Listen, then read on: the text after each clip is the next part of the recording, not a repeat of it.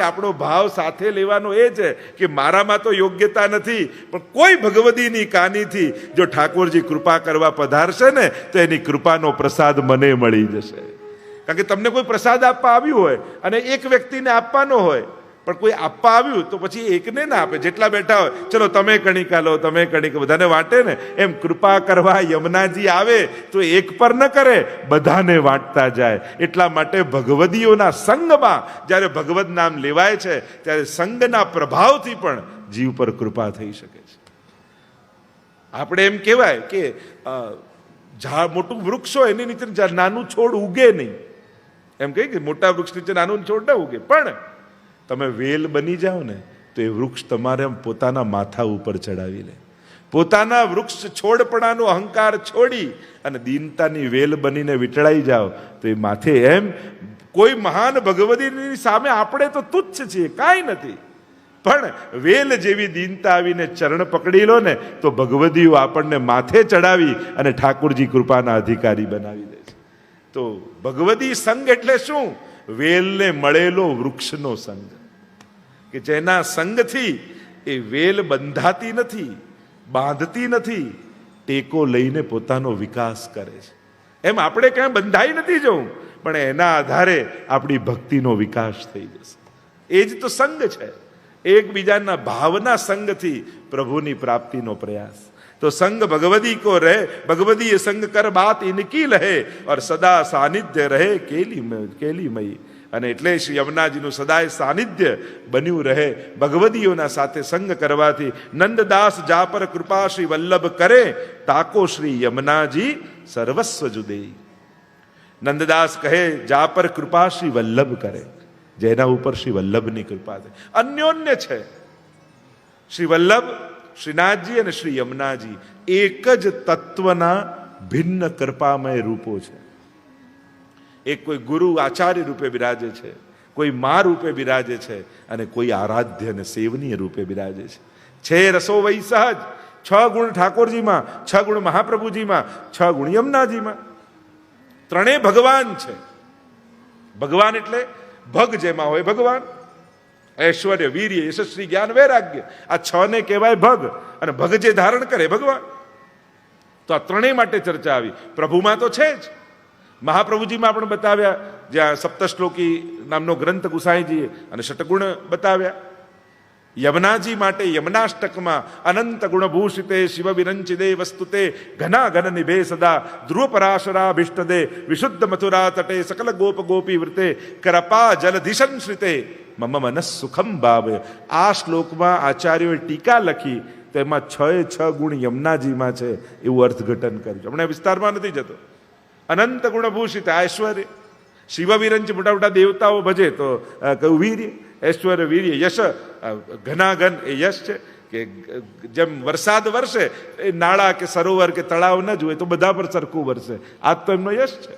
એ રીતે 6 ગુણ બતાવ્યા આચાર્યો ટીકામાં. એટલે ત્રણેયમાં એ તત્વ બિરાજમાન છે એમ અર્થઘટન કર્યો. તો કહ્યું નંદદાસ જા પર શ્રી વલ્લભ કૃપા કરે. કારણ કે આ માર્ગમાં ફળ વલ્લભની કૃપા વગર મળતું નથી. પુષ્ટિ માર્ગ એ સ્વયંના પુરુષાર્થથી સિદ્ધ થનારો માર્ગ નથી, પણ વલ્લભની કૃપાથી પ્રાપ્ત થનારો માર્ગ છે. આ માર્ગમાં કૃપા દ્વારા પ્રાપ્તિ છે, સાધન દ્વારા. જે સાધન માર્ગ હોય ત્યાં પ્રયાસ અને પુરુષાર્થ કામ લાગે, પણ આ કૃપા માર્ગમાં તો કોઈના આશીર્વાદ કામ કરી જતા હોય છે. અને જ્યારે શ્રી વલ્લભના આશીર્વાદ મળે છે ત્યારે તમારા ઉપર 2 હાથ નહીં, ઠાકોરજીના 4 હાથ હોય છે, 2 પોતાના અને 2 યમુનાજીના. એટલે કે યુગલ સ્વરૂપના આશીર્વાદ મળે છે. આ ભાવ આપણે ત્યાં છે. તો કહત નંદદાસ જા પર કૃપા શ્રી વલ્લભ કરે, તાકો શ્રી યમનેજુ સર્વસ્વ દેઈ. પોતાનું સર્વસ્વ આપે છે એમ કહી અને આગળના પદને ગાન કરતા હવે સુરદાસજીના પદો, 4 પદો સુરદાસજીના છે. આજે થોડી શીઘ્રતાથી દર્શન કરી રહ્યા છે. અને સુરદાસજી કહે નામ મહિમા એસી જુ જાનો. યમુનાજીના નામનું શું મહાત્મ્ય છે સુરદાસજી કહે હું તમને બતાવું. કારણ કે મેં અનુભવ કર્યો છે, અને અનુભવ કર્યો છે એટલે હું ગાઈ રહ્યો છું. અને ગાન કરતા સુરદાસજી કહે નામ એ જ છે, લેનારો કેવો છે એના પર આધાર રાખે. મર્યાદિક કહે લૌકિક સુખ લહે, પુષ્ટિ કો પુષ્ટિ પથ નિશ્ચય જુમાનો. મર્યાદિક જીવ કેવલ લૌકિક કામનાથી શરણે આવ્યો હોય અને જે ઈચ્છશો એ મળશે. કૃપા કરનારા છે, સોનું બનાવનારા છે, પણ તલવાર હોય એ લોખંડની તલવારને પારસ મણીને અડાડો, સોનાની થઈ જાય પણ કાપવાનો સ્વભાવ ન જાય. અને તલવાર છે ને, જેની વૃત્તિ જેવી છે એવી જ વૃત્તિ, એને ઉત્તમ સાધન ઉત્તમ ફળ પ્રાપ્ત થયું. પણ ઘણીવાર મળેલા ઉત્તમ સાધનોને પામવામાં આપણા નબળા સ્વભાવો નડી જતા હોય છે.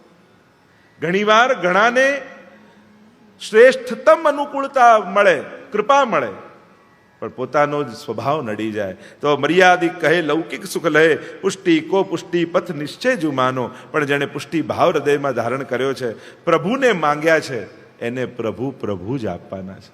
જેણે ઉત્તમતાની અપેક્ષા રાખી છે ને, મોડું ભલે થાય પણ નબળું પસંદ ન કરી લેતા. ભલે મોડું થાય, ધૈર્ય રાખજો, પ્રતીક્ષા કરજો. ભગવાન ક્યારે નિરાશ નહીં થવા દે, પણ ઉતાવળમાં જો નબળું પકડી લીધું ને, અને પ્રભુ હંમેશા પ્રયાસ કરે આનાથી ચાલી જાય તો ચાલી જાય. પ્રભુ હંમેશા કોશિશ કરે. જેમ બાળકને માં સમજાવતી હોય, લે ચોકલેટ લે, તો રડે જાય. ચોકલેટ ચાલ, આ રમકડું રે, એ રડે જાય. આ ગાડી લે, ધીમે ધીમે વધારતા જાય. છેલ્લે જેમાં ફસાઈ જાય એટલે અટકી જાય. માનેથી આ ગયો, હવે મને ભૂલી જશે. એમ જ પ્રભુ પણ કોશિશ કરે, ચલ ધન લે, ચલ ઘર લે, ચલ પરિવાર લે. એને થાય કે જો આ જીવ ફસાઈ જાય. પ્રભુ અનેક વાર પ્રયાસ કરે લૌકિક આપીને અલૌકિક ભૂલવવાનો, કારણ કે પ્રભુને આધીન થવું પડે. પણ વૈષ્ણવ એટલો ચતુર છે ને, મળેલા સુખને એને સેવામાં પરિવર્તિત કરતા આવડે છે. પ્રભુ કહે તને એવું ઘર આપીશ કે ઘરમાં એવો આસક્ત થઈ જઈશ કે મને ભૂલી જ જઈશ. તો વૈષ્ણવ એમ કે આપ ભલે એવું ઘર આપજો, હું એ ઘરમાં જ આપની સેવા પધરાવી લઈશ, એટલે મારું ઘર જ મંદિર બની જશે. એટલે હું લૌકિકમાં આસક્ત. અચ્છા, તો તને ધન આપીશ તો તું ફસાઈ જઈશ. ધન આપશો ને તો હું આવી કથાઓ કરાવીશ, એટલે આપનું જ ચિંતન ચાલ્યા કરે તો હું ફસાઈશ નહીં. અચ્છા, તો તને પરિવાર એવો આપીશ કે તું ફસાઈ જઈશ. વૈષ્ણવ કે હું બધાને બ્રહ્મ સંબંધ કરાવીને વૈષ્ણવ બનાવી લઈશ, મને ઘરમાં જ સત્સંગ મળી જશે. તમે ભલે લૌકિકમાં ફસાવવાની કોશિશ કરો, હું લૌકિકને અલૌકિક બનાવી એને જ મારા ઉદ્ધારના કારણ બનાવી લઈશ. એટલે અલૌકિક ગોતવા જવાની જરૂર નથી, મળેલા લૌકિકને અલૌકિક દ્રષ્ટિએ જોવાની જરૂર છે. કોઈ વસ્તુમાં લૌકિકનો સિક્કો થોડી છે, આપનો એના તરફનો દ્રષ્ટિકોણ એ વસ્તુને લૌકિક કે અલૌકિક બનાવે છે. એટલે ક્યાંક કોઈ અલૌકિક પદાર્થોને શોધવા ગોતવા ના નીકળો. તમારા જ લૌકિક પદાર્થોને તમારે અલૌકિક કરવાના છે, પ્રભુ પરક કરીને.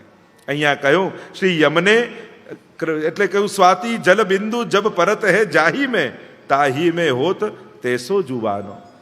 એમ કહેવાય સ્વાતિ બિંદુ નક્ષત્રમાં જે બિંદુ હોય ને, એ જેમાં પડે એના જેવું રૂપ લઈ લે.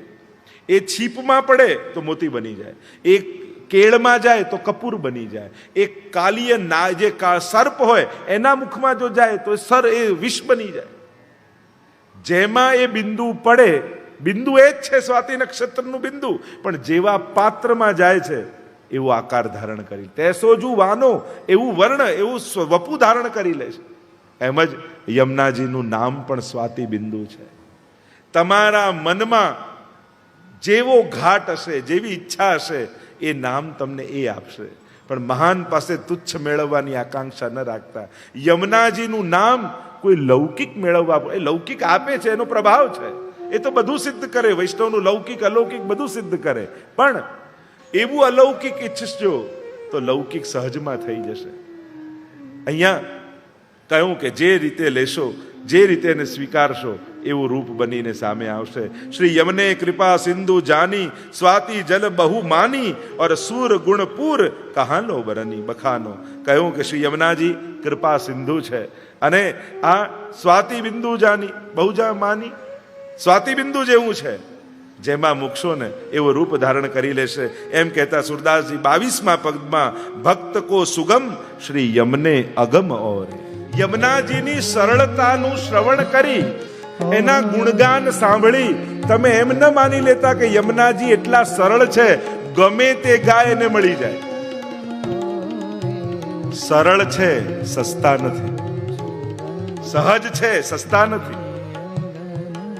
યમને કહ્યું ભક્ત કો સુગમ શ્રી યમને અગમ ઓરે. એ તો ભક્તોને સુગમ છે. આ જે કાંઈ પણ ચર્ચા થઈ રહી છે સરળતાની, સહજતાની, યમુનાજી એવા છે જે ભક્તોને સુગમ છે પણ બીજા માટે તો અગમ છે, એનો પાર ન પામી શકાય એવા છે. પણ જેણે પ્રભુને પોતાની શરણાગતિ સિદ્ધ કરી છે એના માટે યમુનાજી બહુ સહજ છે. શ્રી યમને સુગમ અગમ ઓરે, બીજા માટે બહુ દુર્લભ છે એવા શ્રી યમુનાજીનું મહાત્મ્ય સુરદાસજી અહીંયા ખૂબ સુંદર રીતે વર્ણન કરે છે. સમભાવ છે, સીધા આપણે જઈએ 41મા પદ તરફ અને 41 પદનું સાથે મળી ગાન કરી, રસદર્શન કરી. 40 પદ વિરામ થયા બાદ 41મું પદ કૃષ્ણદાસ અધિકારીનું મૂક્યું. કારણ જેનો અધિકાર હોય ને એ જ 41 સુધી પહોંચી શકે, આ એક સુધી પહોંચી શકે. ચાલે તો બધા જ છે પણ આ એકને એ પામે જેને યમુનાજીએ અધિકાર આપ્યો હોય, જેણે વલ્લભ અને ગુસાઈજીએ અધિકાર આપ્યો હોય. એટલે જ કૃષ્ણદાસ, નહીં તો સુરદાસજીનું લે સૌથી પહેલા તો જૂના એ છે, કુંભનદાસજી પહેલા સેવક છે કે કોઈના પણ ઘણી ચર્ચા કરી શકાય કે કોને મૂકી શકાય 41મા પદમાં, પણ કૃષ્ણદાસ અધિકારીનું એટલા માટે છે કારણ યમુનાજીની કૃપાથી જે કૃષ્ણનો દાસ થયો છે ને એને જ અધિકાર છે આ એક યમુનાજીને પામવાનો. અને એટલા માટે કૃષ્ણદાસ અધિકારીનું આ 41મું પદ. શરણ પ્રતિપાલ ગોપાલ, માનો 40 પદોના સાર રૂપ, શિખર રૂપ. જેમ પર્વત પર ચડતા જાઓ અને શિખર પર આવો અને શિખર પર આવો તો તમને આખું પર્વત દેખાય, આખું દ્રશ્ય દેખાય. એમ જ્યારે 41મા પદના શિખર પર હો છો ત્યારે તમને 40 પદની એ માળા દેખાય કે આ એક એક મણકો છે અને એક એક મણકો, અને ત્યાં એક એક મણકામાં શ્રી યમુનાજી છે, એનું મહાત્મ્ય છે, લીલા રૂપ ગુણ ધામ આ બધું જ બિરાજમાન છે.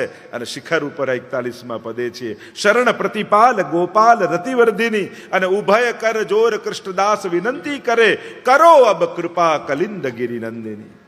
શરણ પ્રતિપાલ, શરૂઆત થયું સંગથી, પિય સંગ રંગ ભરી કરી કલોલે. સંગથી શરૂઆત થઈ પહેલા પદમાં, વિરામ થયો શરણ પ્રતિપાલ.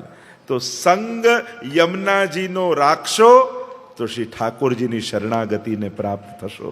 એક ચર્ચા આપણે એક પદ સાથે કરી શકીએ. બીજું પદ, ત્રીજું પદ, ચોથું, એમ 41 આ 41મા પદ જોડે 40 પદોને જોડી શકીએ. શરણ પ્રતિપાલ ગોપાલ રતિવર્ધિની, શરણાગતને પ્રતિપાલન કરનારી, એક માનો જનની રાખત પુત્ર બારે, એક નાનકડા બાળકને જેમ માં સાચવે છે એ જ રીતે યમુનાજી આ જીવરૂપી બાળકને સાચવે છે. એનું રક્ષણ પોષણ બધું જ યમુનાજી જેમ માં કરે છે એમ આ ભક્તિ માર્ગમાં, પુષ્ટિ માર્ગમાં તમારી ભાવની રક્ષા અને તમારા કૃપાનું પોષણ એ યમુનાજી જ કરનારા છે. શરણ પ્રતિપાલ, શરણની ઘણી બધી ચર્ચા આપણે કરી શકીએ. આશ્રય, આધાર, શરણાગતિ, આ બધા જુદા જુદા તત્વોની ચર્ચા કરી શકીએ છીએ. શરણ પ્રતિપાલ ગોપાલ રતિવર્ધિની, યમુનાજી કેવા છે? ભગવત પ્રેમનું દાન કરવા વાળા છે એવા શ્રી યમુનાજી છે. અને છેલ્લે કૃષ્ણદાસ કહે, કૃષ્ણદાસ ઉભય કર જોર, કારણ કે બધા ગુણગાન કર્યા પછી, બધું મહાત્મ્ય ગાયા પછી જીવને એની અસમર્થતાનું ભાન થાય કે હું તો બીજું કાંઈ કરી શકું એમ નથી, નમન કર્યાથી અધિક. આપને શું કરી શકીએ? પ્રણામો દુઃખ, ભાગવતમાં પણ પ્રણામો દુઃખ સમનમ, છેલ્લે પ્રણામ કર્યા. કારણ કે જ્યારે મહત્તા દેખાય ને, ભગવાન મોટા છે એ સમજાય તો પોતાની અલ્પતાનું ભાન આપમેળે થઈ જાય. ભગવાનની મોટાઈ સમજમાં જેને નથી આવતી ને એ જ પોતાને મોટો માને છે. હું આમ કરી શકું, હું અહીંયા બેઠો છું, મારી આ સત્તા. લોકોને મોટાઈ એને જ લાગે છે જેને ભગવાનને મોટાઈનું ભાન નથી.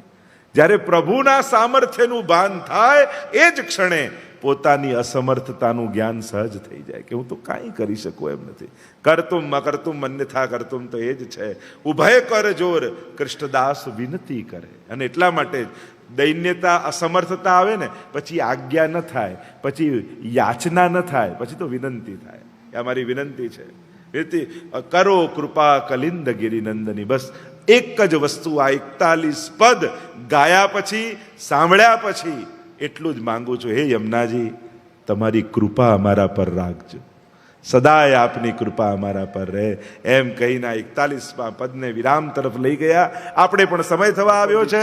ખૂબ મારી પ્રસન્નતા, ખૂબ આનંદ અભિવ્યક્ત કરી મારી વાણીને વિરામ આપતા બોલો ગોવર્ધન નાથ કી જય, વલ્લભ ધીશ કી જય, શ્યામ સુંદર શ્રી અમને મહારાણી કી જય, ગોપાલ લાલ પ્યારે કી જય.